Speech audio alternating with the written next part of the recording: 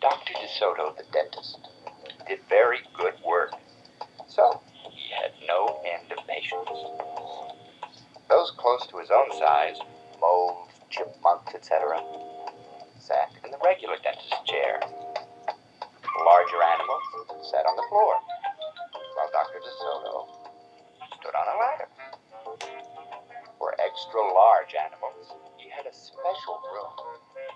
There, Dr. DeSoto was hoisted up to the patient's mouth by his assistant, who also happened to be his wife. Dr. DeSoto was especially popular with the big animals. He was able to work inside their mouths wearing rubbers to keep his feet dry. And his fingers were so delicate, his nails so dainty, they could hardly feel any pain. Being a mouse, he refused to treat animals dangerous to mice. And it said so on his sign. When the doorbell rang, he and his wife would look out the window. They wouldn't admit even the most timid-looking cat. One day when they looked out, they saw a well-dressed fox with a flannel bandage around his jaw. "I cannot treat you, sir," Dr. DeSoto shouted. "Sir, haven't you read my sign?" "Please," the fox wailed. "Have mercy, I'm suffering." And he wept so bitterly it was pitiful to see. "Just a moment," said Dr. DeSoto. "That poor fox," he whispered to his wife. "What shall we do?" "Let's risk it," said Mrs. DeSoto. She pressed the buzzer and let the fox in. He was up the stairs in a flash. "Bless your little heart," he cried, falling to his knees. "I beg you, do something. My tooth is killing me." "Sit on the floor, sir," said Dr. DeSoto. "And remove the bandage, please." Dr. DeSoto climbed up the ladder and bravely entered the fox's mouth. "Ooh, wow, phew, ooh," he gasped. The fox had a rotten bicuspid and unusually bad breath. "This tooth will have to come out," Dr. DeSoto announced. "But we can make you a new one." "Just stop the pain," whimpered the fox, wiping some tears away. Despite his misery, he realized he had a tasty little morsel in his mouth, and his jaw began to quiver. "Keep open," yelled Dr. DeSoto. "Wide open," yelled his wife. "I'm giving you gas now," said Dr. DeSoto. "You won't feel a thing when I yank that tooth." Soon the fox was in dreamland. "Yummy," he mumbled.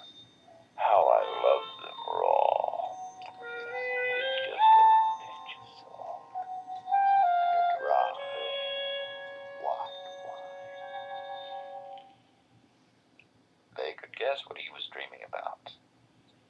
Mrs. DeSoto handed her husband a pole to keep the fox's mouth open. Dr. DeSoto fastened his extractor to the bad tooth. Then he and his wife began turning the winch. Finally, with a sucking sound, the tooth popped out and hung swaying in the air. "I'm bleeding," the fox yelped when he came to. Dr. DeSoto ran up the ladder and stuffed some gauze in the hole. "The worst is over," he said. "I'll have your new tooth ready tomorrow. Be here at 11 sharp." The fox, still woozy, said goodbye and left. On his way home, he wondered if it would be shabby of him to eat the DeSotos when the job was done.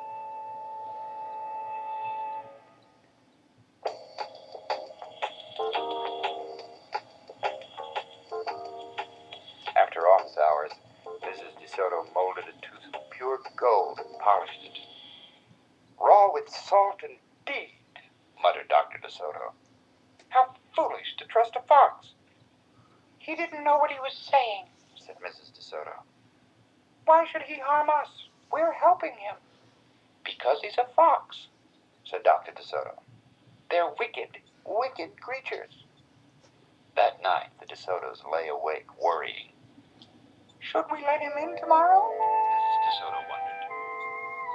Once I start a job, said the dentist firmly, I finish it. My father was the same way. But we must do something to protect ourselves, said his wife. They talked and talked until they formed a plan. I think it will work, said Dr. DeSoto.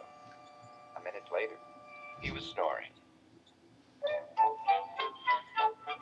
The next morning, promptly at 11, a very cheerful fox turned up. He was feeling not a particle of pain. When Dr. DeSoto got into his mouth, he snapped it shut for a moment, then opened wide and laughed.